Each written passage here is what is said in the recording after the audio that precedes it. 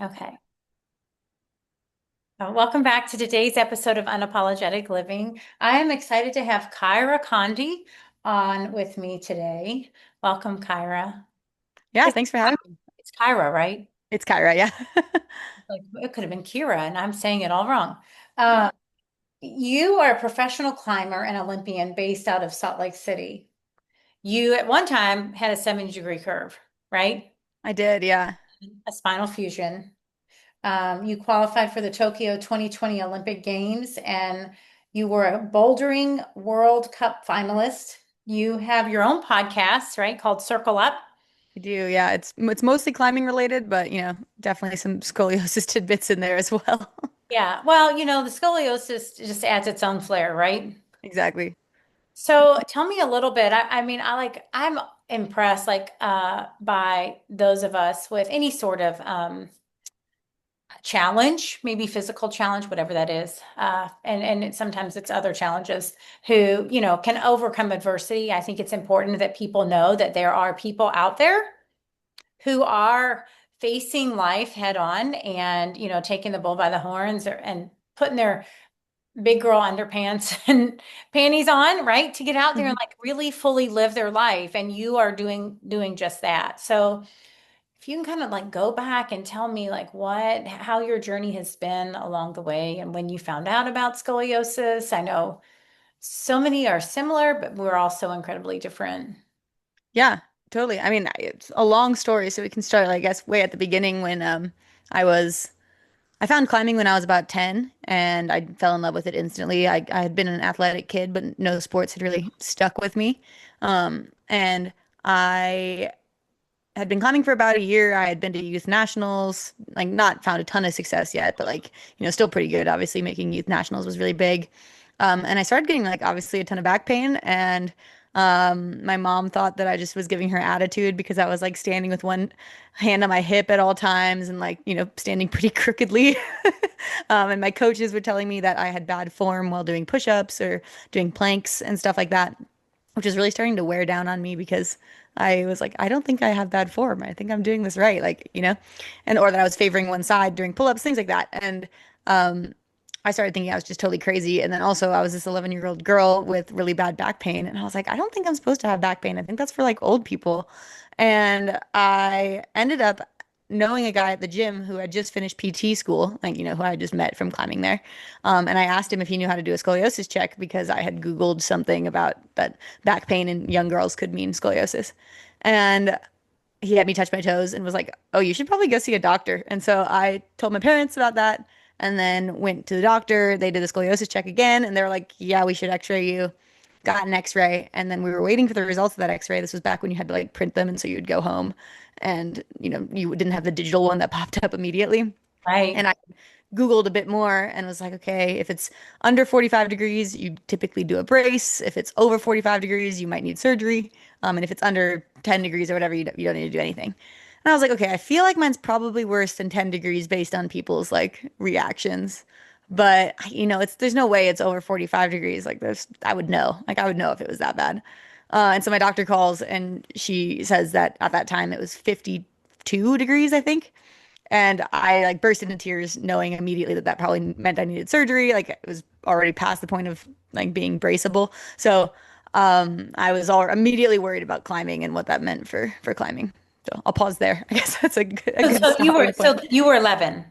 I was, I think, maybe 12 actually. I mixed up this time of my life. I think it was more like I was 12. I found climbing when I was 10, took it more seriously when I was 11, and then got diagnosed when I was 12.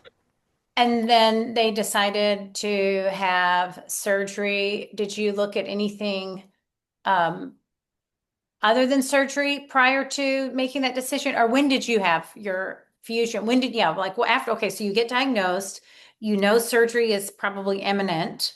Yeah.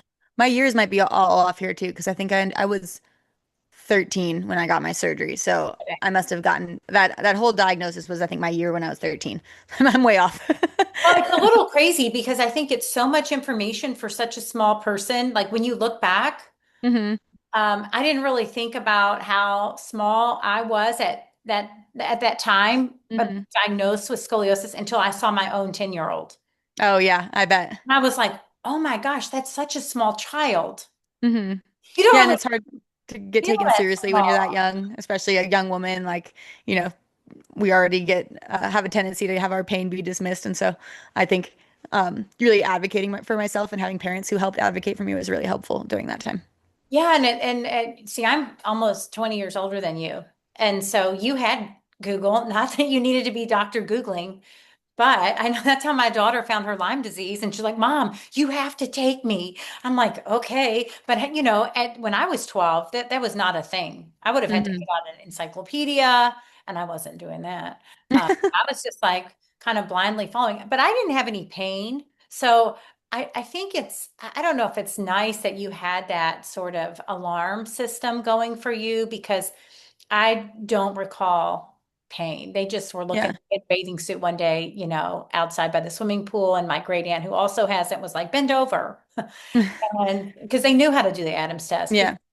they had been growing up because of their own scoliosis experience. But so then you had a fusion okay, so from diagnosis of the curvature and the degree, what did you do between then and fusion? Yeah. So a couple of things, like obviously we found mine pretty late. It was already 52 degrees. And I don't know about your story, but I think my doctor the year before had forgotten to do a scoliosis check.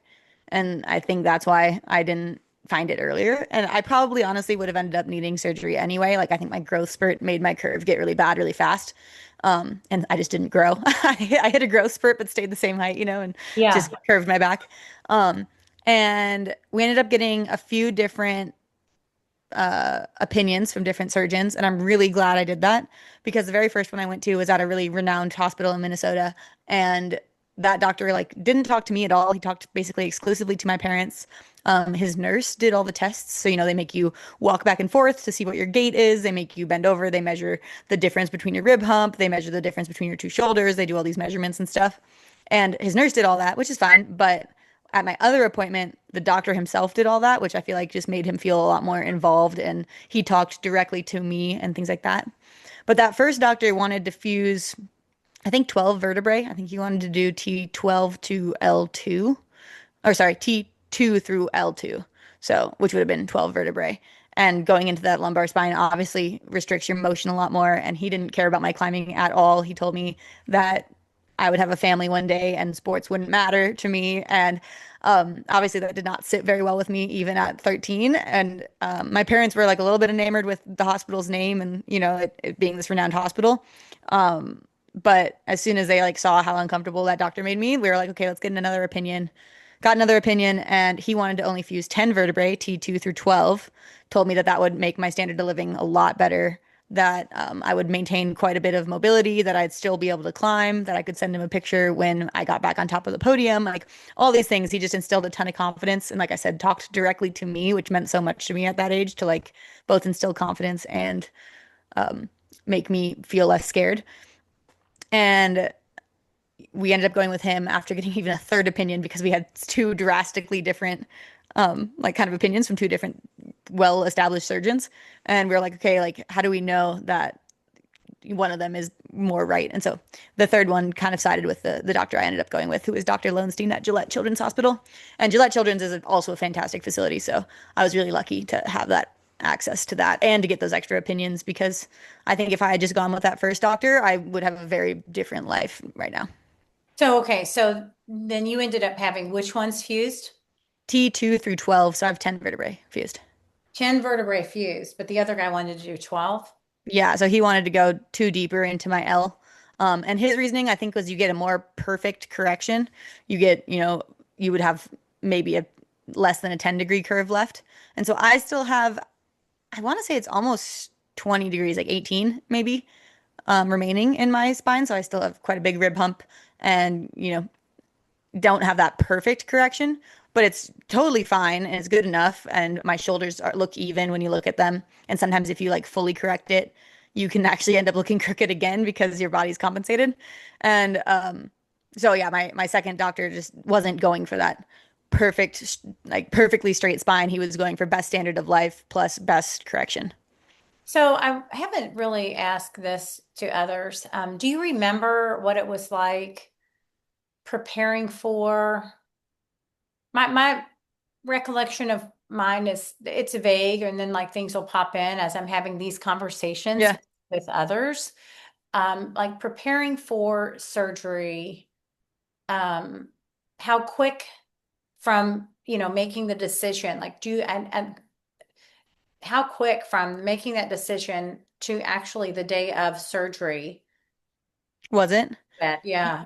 So I actually ended up delaying mine. That first doctor again was like, you need to do this immediately. You're hitting a growth spurt. It's going to get so much worse. I'm going to have to fuse more vertebrae. So he was like kind of really going the scare tactic route.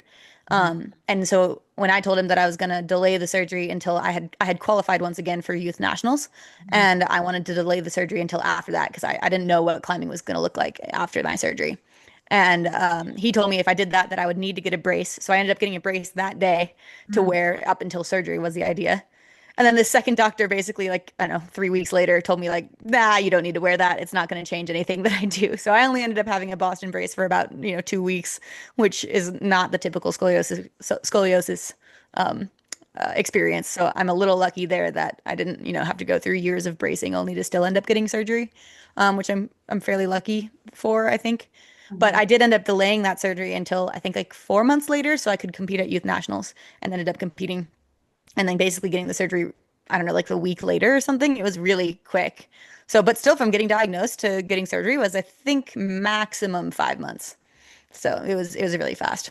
And then we're at that time, it sounds like you were super active. Do you remember what it was like being a school student and around your peers as you approached that, and then just learning this, and what kind of feelings came up? Or, I know because a lot is taking place around that time for us in adolescence. Yeah. And, did you have other friends? Were they supportive? I mean, what can you remember? Were there fears that were coming up? I think I was out of school for 2 weeks.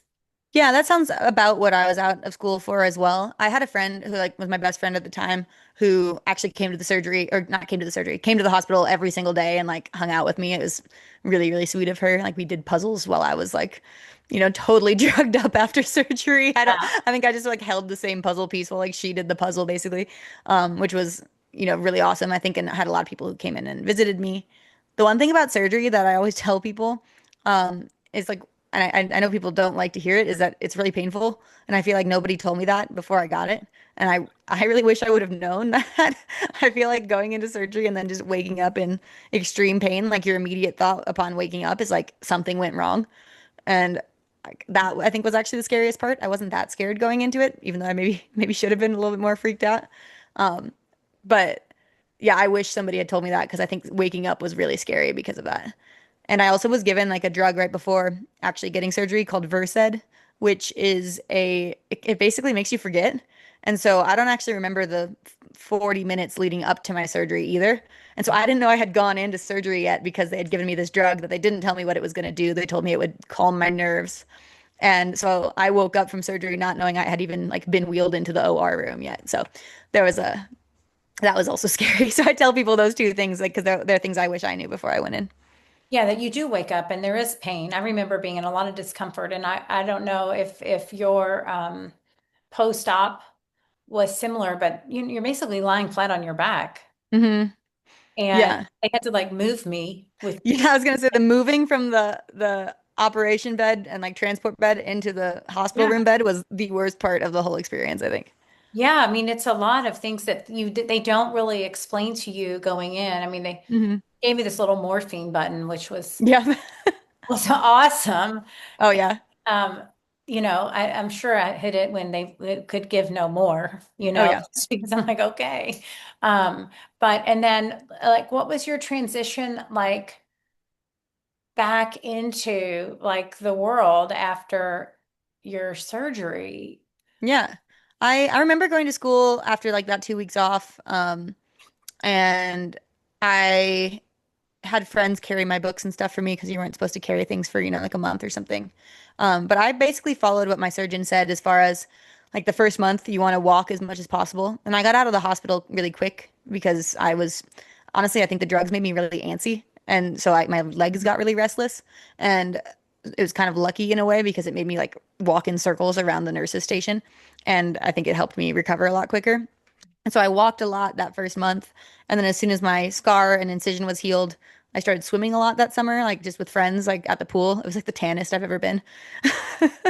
And I think that also helped like activity wet level, just like not staying completely, rigid and not moving. Um, and then I was able to start climbing after 4 months or 4.5 months was what the idea was. And I actually like when I got the clear to start climbing, I went straight to this camp that was like 2 weeks straight of climbing. And I remember my skin on my hands was like so destroyed because I hadn't climbed in the longest I'd ever not climbed for. And so like I had like just flappers on like every single part of my hand that I could because I could only grab really good holds. But I was so excited to climb that I was just like climbing as much as possible. Now, do you feel like entering in, was there some navigating in the way that you had been? I mean, like you said, you didn't even realize, right? You don't even feel 52 degrees, right? You Yeah. don't feel it. I don't feel 46, or 37 Hmm. degrees right now. It's interesting that here we are walking around just what we perceive as normal, Hmm. but then we have this like crazy curve in our Yeah. bodies that a lot of times isn't always visible by your average person. I get that a lot. I don't see it, right? Yeah. But you know it, I know it, and we see it, and then others it's more visible. Yeah. Um, but Yeah. I feel like I have a hawk eye for seeing scoliosis in kids now. I'm like, I see this. Like, do I tell their parents? yeah, did it shift? I mean, did you feel like you had to relearn climbing too, even though like that muscle memory is there?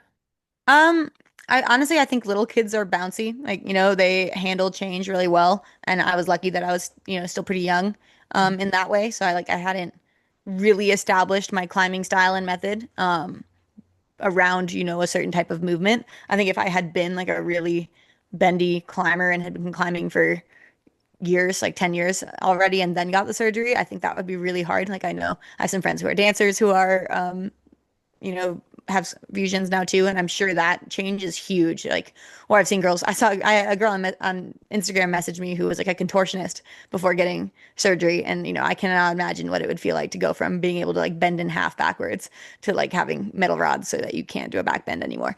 You know, um, and so I Yeah, think that's probably a more drastic change. And luckily, having those 4 months off and like getting used to my new body and my new back, I think I had enough muscle memory from climbing before that it didn't feel too foreign and like the way I was moving wasn't too different. And honestly, having just my thoracic vertebrae fused, I think is huge for that. I think if it went down into my L vertebrae, like stepping up is a lot harder. Any sort of Mm. hip movement's a lot harder. So I think it would be a really different experience if I had my fusion down further. Yeah, I can understand that now that you say it like that. It's interesting, yeah, because I'm to L3.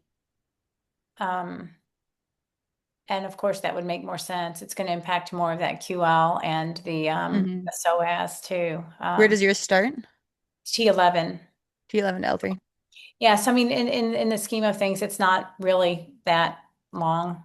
Yeah. It was a procedure that they were considering.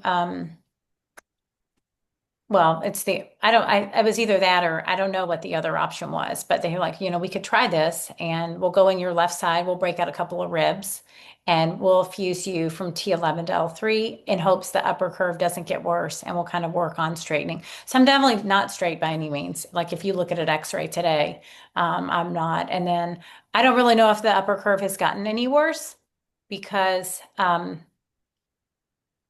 they don't have any records. I have no records, zero records from what it was before. I just know it's about 36, 37 now.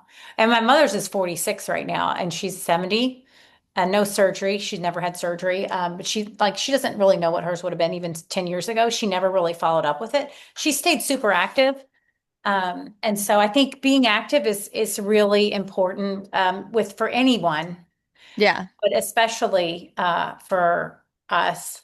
Yeah. I think that helps a lot. I think having good core strength also to stabilize. And honestly, in the hospital, I think having really good core strength from climbing, like I was able to sit up really fast and like hold myself up well, things like that. And that was definitely really helpful. Yeah, I don't remember being able to sit up for like days. Yeah, I was only in the hospital for 3 days, I think I got out that Oh, last wow. night. So I was really fast. They told me I was the fastest, which It my sounds little kid like it. ego liked. I Um, bet. but Because I I remember was, you had to walk up and down a set of stairs in order to be let out of the hospital. okay. And I went into the stairwell and like did my set of stairs and came out. And the nurse was like, "Oh, it's okay. Like you can do it. You can try again next time. Like it's not a big deal if you didn't do it." And I was like, "No, I did it already. Like I just did it fast." Yeah. Like she thought I had like failed because I did it too quickly. But yeah, so I was pretty proud of myself in those days to get through it that fast. So, aside from climbing, are there other modalities that you integrate into your like daily life to stay incredibly active but fit, but also, at Olympian level? I swear by massages. Like right now I have this knot that's in my like below my trap under my scapula, which I think every person with scoliosis maybe relates to. Like we just get this super gnarly knot on the side based on which direction your curve goes, I think. Yeah, And I just like can't get that out of my back with any amount of stretching, with any amount of rolling out on a ball or whatever, or using a Theracane. I have to like just have somebody go and put their whole body weight into my back to get that knot out. And so I yeah. really, really swear by massages. I think they've been like a pretty big game changer in my athletic career. What else?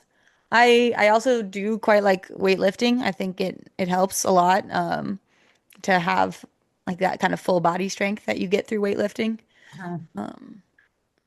I occasionally run. I've been boxing, but like all of those things are kind of to supplement my climbing and not necessarily to mitigate any scoliosis things.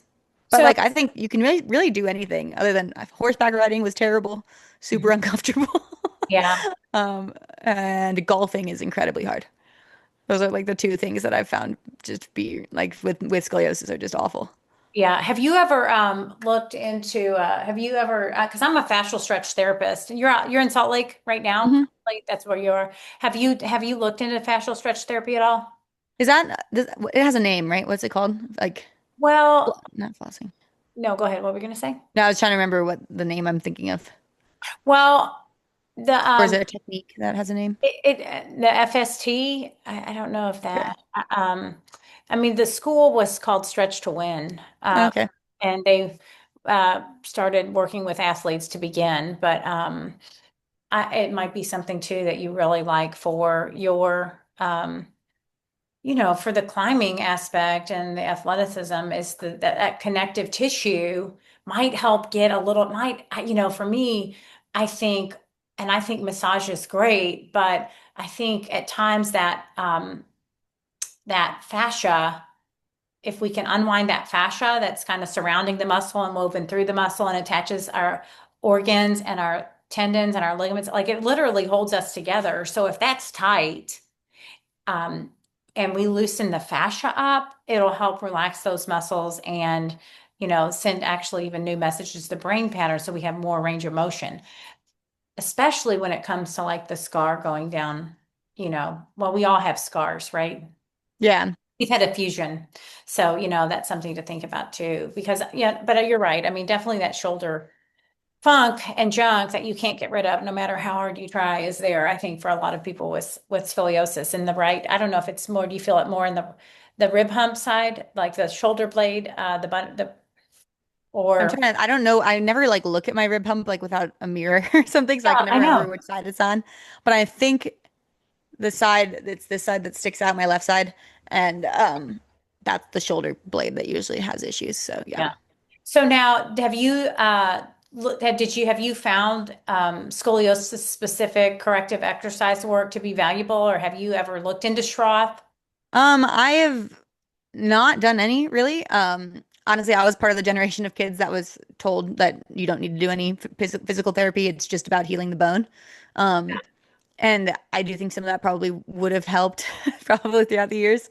But I think climbing, luckily, is very ambidextrous. You use both sides of your body, you use your whole body a lot. Right. And I think that's honestly probably helped a lot. And you're also doing a lot of like gravity similar to like the like I have a cousin who has severe scoliosis and she has one of the head cages with the traction system Oh yeah. and I feel like climbing kind of naturally creates traction in your back to try and like, release some of that pressure. So Right. I think that's honestly been quite helpful. I think climbing is a great sport for scoliosis pre-fusion as well. Yeah, it's interesting. I also found, and this chiropractor once shared with me that she found, and maybe it wasn't a chiropractor, but people with scoliosis tend to, and I don't want to say always, right? Because our proprioceptive awareness is already different. Like Hmm. where our body is in space, our head starts to do a thing, right? So that we feel aligned and straight, and then this and that, and the hips start to move, maybe for some shift to one way, and which means the head's going to cock another way. I mean, there's all these different things taking place in the body with scoliosis that it's more difficult for us to like know where we are in space when it comes to team sports. Huh, interesting. Yeah, that's what I thought because I didn't make a team. I tried to make every team and didn't make one team because it's like, okay, I'm trying to like understand where I'm in space and the ball's coming at me and people are coming at me and whatever is going on. And this is just overwhelming where I'm much better with like, solo sports, if that makes Yeah, interesting. I don't know. So like when I think about like Meredith, Bionic Ballerina, and some other gals out there, I'm like, oh, they're also doing sort of you don't not to say there aren't team sports, right? But I Yeah. found it interesting that when I begin to talk with other people, that tends to be um, kind A of common theme. a common theme that I Yeah, would interesting. not have seen or noticed without, somebody else telling me, like when you're crooked. I mean, your body doesn't know it, but your brain is perceiving everything in a different way simply because of the placement of your head. And so it was kind of fascinating. So I know that we could talk just about scoliosis. I mean, I don't really, how do you, because I look at the body as mind, body, spirit. And I think, staying active is a huge piece. I know that's a huge piece to your success. What kind of food do you eat? Let's Um, like when you like your like a day, like are you gravitating towards any sort of specific diet to stay strong? I haven't talked about this with any of my scoliosis gals. What other things are you integrating into your life to make your overall journey one that appears to be that you are thriving? yeah, I'm a vegetarian. I've been one ever since I was 8 years old. So before I became a climber or realized I had scoliosis. So that's just been part of my life for a very long time. I just like animals. So Yeah, yeah, yeah. um, that's like really my only like dietary restriction. Other than that, I try to make sure I get enough protein is kind of one of the main things I do. Um, and I cook a lot, so I don't eat out at restaurants that often. Mhm. So as far as like being a good athlete, like yeah, high protein diet, vegetarian, and not eating like a ton of like overly oily, overly salted things, I guess, at restaurants. But then sometimes that ends up with me being not salted enough, and I need to get more salt and electrolytes in my diet. So, um, yeah, that's honestly mostly what I do there. So Um, now I know it's hard for me when I'm a meat eater, but as a vegetarian, what sorts of foods? I mean, are you aiming for 100 grams a day? Are you, and then what is the bulk of that protein? Just out of curiosity. Yeah, I'm not vegan, so I still eat milk and eggs and stuff. So I think a big part of my protein comes from whey and dairy sources. I also then eat a lot of tofu, and I've started eating more like fake meat. So seitan, the like gluten fake meat, is really really Yeah. good, and then so is the like soy fake meat. Um, fake meat used to freak me out too much because it was too much like real meat, and I've been a vegetarian for so long that I couldn't tell the difference. But Yeah. there's newer ones that I think are trying to like fit the void of meat without actually trying to taste like meat, and I like those a lot better. Yeah. Yeah. Yeah. Um, but yeah, I try to aim for like honestly more like 120 a day. Do I ever really hit 120 a day? Not really. Um, I try to though, and I get at least like 80, and I feel Yeah. accomplished if I get that much. But I also drink protein shakes. I think that's a huge way to get enough protein in a day. It's really hard to get enough if you're not drinking protein shakes, honestly. Or I Yeah. have a protein bar that's like 20 grams. So Yeah. all of those things are really helpful. It's hard even if you're eating meat. I mean, it's just Mhm. difficult to like, and you have to kind of, really track it. Otherwise, you Yeah. don't realize like you're not getting it. You think you might Yeah. be getting it and you have to pay attention. Uh, Yeah, I also never realized that like scoliosis can affect like where your stomach sits and can make you more prone to like acid reflux and stuff. So I had this like silent reflux for years that I did not realize could have been scoliosis related. I definitely, but I had it. And that was making me like feel less hungry sometimes or made different foods give me like worse symptoms and things. So I also figuring out some of that stuff has also really helped. Yeah, it's interesting when you eat, that's something that the spine surgeon isn't going to talk to you about either. Yeah, That, like how your organs sit differently when you when you have scoliosis versus when you don't. yeah, I mean, things are shifted and like you, it's, a silent reflux.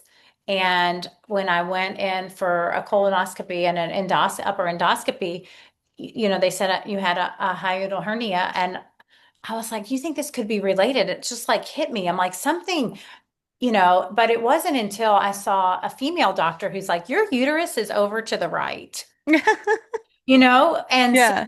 if my uterus is over to the right, then everything else is probably Yeah. off too. And this is all probably because of my spine. And I Yeah, my feel that, stomach sits really high because yeah, and so when I like have a food baby or whatever, it's like really high up and other people's yeah. is like really low down and like I mean that maybe that's just like natural change too, but like I was like I wonder if that's scoliosis related. I mean, I bet it is. And then I was talking to a gal, I think she's the scoliotherapeist on Instagram, and how a lot of times those nerve endings around for digestion are right there around the lumbar. And Mhm. so we are prone to digestive or even slower digestive functioning because things are all out of balance. I mean, scoliosis Yeah. does affect the body in so many different ways. So for those who have scoliosis and even those who don't, what message would you have? Ooh. Um Honestly, I think one of the things that's really helped me in recent times, like I think for a while I was just determined to not let my scoliosis hold me back at all, and then I would be embarrassed to bring it up or like use it as an excuse or something like that. But I think there's a balance of not letting it hold you back and or like any sort of limitation, not just fusion related, obviously. But also like giving yourself space to like grieve the losses that you have sometimes by having that limitation. So like there are definitely times where if I just was trying to push through and be like, no, I don't have an issue. Like this is not a problem for me. Like that's not what's causing me to not be able to do this. That would honestly be like harder mentally than if I just realized that like, no, I have this disability. It's a limitation that I have. Like it's making this move, this something, whatever, harder. Honestly, it feels like an excuse sometimes, but it's also like it's actually a reason, like it's a reason something is harder. It's not an excuse that you can't do it. And I think looking at things in that way really opened me up to being able to actually approach those things even better. So things that were really hard for me because of my back, I think I have a much fresher approach to because I'm able to recognize that it is harder for me because of my back, and therefore I need to approach it differently than my peers or things like that. So, Yeah, I like that. I know I, I'm 47. I think I said that already, but and I think I'm very grateful that I had the surgery when I did.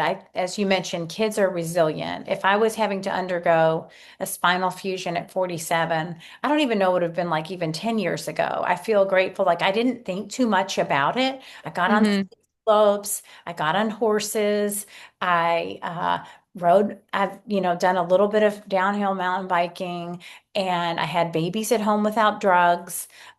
I didn't really think too much about it, even though I knew I had it all along. hmm I have scoliosis. I have a spinal fusion. I'm, but now, like I think it took me until like 5 years ago to realize, oh, I can't really do a yoga back bend Yeah, because I have screws, and I'd be trying. totally. I could get up in it, but it was so uncomfortable. And I think I just had lived with it so long that I didn't think too much of like, this is actually restricting me. I also didn't learn that, we can get winded easier. No, yeah, reduced lung capacity is huge. Yeah. Yeah. And I'm thinking, like I should not be feeling this winded when I go upstairs, right? And it has gotten worse as I've gotten older. Like I noticed it more the older I get. But but like you said, you don't want it to be an excuse, but I also have to acknowledge like this is actually a Yeah. thing for many Yeah, of us with this. totally. I found it to be really helpful, honestly, talking to other people with fusions because there were so many things that I just like wrote off as I don't know, a quirk of myself that I didn't realize were actually part of the fusion family, I guess, like hitting my head getting into a car, or like not being able to put a seatbelt on well, or being able to reach things behind me, or hating bathtubs for like all are examples of things that I just thought were like me things. I'm like, man, why do I always hit my head getting into the car? And then Yeah. I watched, some of like other people's videos on Instagram or chatted to them in person and was like, oh my God, that is a fusion thing. Like I can't bend the same way. Or like I was like watching my teammates sleep with their heads down on like on the tray table on a plane. I was like, how are they doing that? I was Yeah. like, why can like I'm smaller than them. I'm shorter. Like, why can I not fit in the same space? And I Yeah. realized it's because I can't like, like bend my back in that same way. Well, the other thing with the hitting your heads is that can be proprioceptive. Like if we're Hmm. already, if like, okay, we don't really know where it is in space, where it is in relationship to us because our proprioceptive awareness can be um, just off a little bit. So that could be another thing that's related to that head hit that, hitting the head on. Yeah, that's true. But But yeah, finding people to talk to who can relate, I think is just like so validating in ways that I didn't know I needed. Like I wish I had gone to some of these events that I've now gone to as an adult to like speak at. And then I went to the Higgy Bears convention a year and a half ago. yeah, And first of all, it was great to just see all these kids getting to like make friends who they could relate to. But then also there was other girls who were my age there, like Ballerina Meredith and a few others. And we all just were relating about all these things. And I was like, wow, I had no idea how much I needed this, especially like in my situation, I'm around professional athletes all the time who have, for example, exceptionally bendy thoracic spines. And right. so I'll watch them warm up for the same sport that I'm doing by like twisting and bending in half, like literally. And I'm like, wow, I can't do that even a little bit. Yeah. Um, and so actually having people to relate to in that space, I thought like meant a lot to me, and I didn't know how much I needed that. Yeah. Yeah, I know. You don't, I don't think I realized I needed the community either. And again, until these last like few years, it Hmm. just, I herniated 3 discs in my neck, and that's what inspired me to go looking around on Instagram for other ways to work with, um, scoliosis because I wasn't, and that's how I learned of Schroff. Like, no one said, hey, there are scoliosis specific PTs, practitioners, Pilates, to where you can not only get, you can not only build strength and fitness capacity, but you can also actually do it while you are um, maintaining the integrity of your spine and even correct it to some degree. Yeah. It's, like you could go in and do a deadlift. What was it he has in his office? Like maybe it's a kettlebell swing or picking the kettlebell up and straight up. I don't know. What's that called? I'm not sure. Is it a I don't remember. Yeah. anyway, but like if you're doing this and this left shoulder's down the whole time, you're strengthening incorrect form. Yeah. Right. And so bringing it to awareness, like being aware, a little bit more aware of having that spinal awareness, knowing that, this actually is. And maybe had I had more awareness around that growing up, or like Hmm. years. I mean, actually, I'm in pretty decent shape. I don't have a tons of pain. I feel pretty lucky, right? Yeah. And I was probably doing things all along that may or may not have compromised my spine, but I'm also not going to give up every single thing that I love. Yeah. I Just, think that's important too, because I mean, like if your life is happier too, you can deal with adversity better as well. yeah. I mean, are there any things that you really avoid? I live in Utah and I used to, oops, my alarm's going off. I live in Utah and I used to avoid skiing and stuff because I thought that it was too dangerous. Mhm. And I've gone skiing a few times and honestly, I do still think it's pretty dangerous. I'm just not a very good skier, so I fall a lot and Yeah. I'm more worried about getting hit by somebody else on the slopes. So Yeah. that's something that I maybe avoid a bit, and I definitely don't try to push myself in skiing. Like I think there are things that you definitely can push yourself in, like running or climbing obviously. Like there Yeah. are things, and but then there are other things that I find are not worth trying to be like the best I can be in. Like I'll do them and have fun doing them, but I'm not trying to like, yeah, put my life at risk, I guess, Yeah. in ways that I would be more willing to do in climbing, I guess. Um, but no, there's not a whole lot I don't do. hiking with a backpack on, I find extremely painful. Like that's one of the things that causes me the most pain. And I Mm, think it's because my fusion ends right above like where your hips kind of then attach to your spine. right. That section where like your hip, there's like the SI joint and stuff gets Yeah. so worn on me because that's where all of my bending happens, like just right below my fusion and the hip motion. Yeah. And so I find hiking to be like fairly not fun. And I wish I liked it more because I live in Utah and there's beautiful mountains everywhere and it's a great way to meet people and make friends. Yeah. But I definitely avoid it because I just it hurts and I don't like it. Yeah. Um, You but know, yeah, he climbing just gave obviously fills a lot of those voids. Yeah, he just gave me an exercise for that to build those muscles around the sacroiliac joint. Um, which is funny you said that tends to where my pain will kind of like gravitate Hmm. to is like right there in that spot. It depends on what I've been doing. But it was horrible after trying to wear a weighted vest. And I'm not Oh sure. yeah. Yeah, I just don't know. You've read all these things about how weighted vest walking is great, but again, I think you have to listen to your body and either I overdid it or that weighted vest didn't fit that well. So I think everybody has to listen, but where you're laying on your belly Hmm. and your legs are bent, your knees point out, and then your heels are touching, and you just press the heels together, and that helps activate and engage the muscles around the sacroiliac joint. So you Interesting. literally, yeah, he's like, just do this. So your knees are kind of wide, right? But they're bent, Yeah. like my arms would be, and you just press your heels together, and you feel that engagement right away. Crazy. So, I'll have to try so it. I'm going to add that to my Hmm. regular, you know. Hmm. Well, where can people find you and connect with you and follow along with you on your journey? You're doing Yeah. great stuff. I have a YouTube channel. That's just Kyra_Condie. And then same with Instagram, Kyra_Condie. And those are like probably my two main like social medias. And then like you said, I have a podcast called Circle Up with an exclamation point at the end. And that's more climbing focused, but we obviously talk a lot about like athletic mindset and just all sorts of things, but definitely more like related to climbing than other things.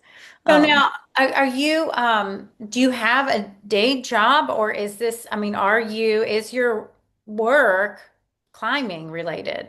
my whole work is climbing at the moment. Yeah. Okay, that's awesome. Yeah, I, going to the Olympics was like a huge part of that. Like once I had that on my resume and, had that visibility, that was able to like really help my professional athlete career. and would you say, I mean, this has been a lifelong dream to be able to make this? I mean, you started at 10, you fell in love with it at 10. And I love when people actually pursue. I mean, it may not have been, maybe you always thought you wanted to be a teacher. But maybe this was like back there in your brain at such a young age that, this is like a dream I would love to aspire to. I think it's awesome when people actually manifest that. Yeah, climbing wasn't in the Olympics when I was growing up, but I like always admired it a ton and I watched gymnastics because it was the most similar I thought to climbing as far as, being an individual sport and being so like gymnastic and I mean it's gymnastics, it's gymnastic, but being, so full body and like so strong and the athletes I think resemble us the best. We're not quite as short as a lot of the gymnasts, but still like, having buff arms and things like that. Um and so I always really admired it and wished climbing would be in the Olympics. And then we actually did get in the Olympics in 2020. And so, yeah, to be able to represent the first group of climbers to go there and then to be able to be those people that, then next generations of kids can then aspire to be, I think was like a dream come true, obviously.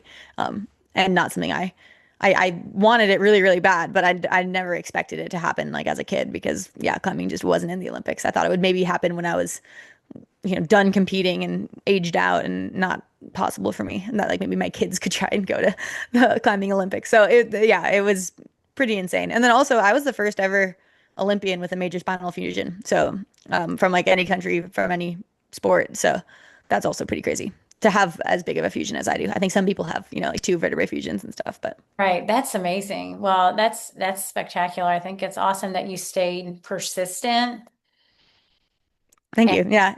kept on going. Okay, let's say climbing hadn't been in the Olympics, what was there a different trajectory? Were you going in a different direction? No, still a professional climber. I Yeah. currently I'm doing World Cups still, so I compete at World Cups, and that's the highest level of competition. So, I would still be doing that. But the visibility climbing got from the Olympics, and like now we have some pretty huge stars who, have almost 1 million Instagram followers, stuff like that. Yeah. Like that, I think just helps the whole sport grow and allows so many more people to be able to make a living from it. Yeah. Now, have you been to Kentucky?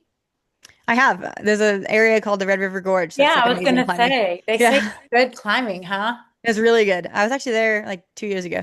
Oh, I we get a lot of people who come here for bachelor parties for distilleries. Oh yeah. Want to go drink bourbon. But I had this group, I don't know, in the last, because I'll drive Uber and Lyft sometimes. So like 2 months ago, I had this group of guys who came in just to climb there and they said they had Oh a great. yeah. So that's cool that you've been here. Not everybody makes it here. Yeah, it's a world-renowned location for climbing. Yeah, that's People what come my from different countries and stuff. yeah, that's what my significant other said. He said it was very well known for the in the climbing. Yeah, it's really cool. Yeah, well, hopefully you'll get back. Maybe if you do, we can meet up. I probably won't climb, but Yeah, that'd be but, cool. I'd be psyched. but I'd have lunch with you. I'll definitely go back. So Yeah. Well, now we know how to connect. Thank you so much for joining me today. I hope you have a fabulous, week. thank you. Yeah, no, it was great to talk to you. And like I said, I love talking to other people with fusions. So Yeah, it was a pleasure. yeah. You always are learning from everybody because everybody's experience is so different. And it's nice to connect. To know that you're not really alone. Exactly. Yeah. So thanks for doing this. Yeah, you're welcome. Have a great day. Yeah, you too. All right, take care.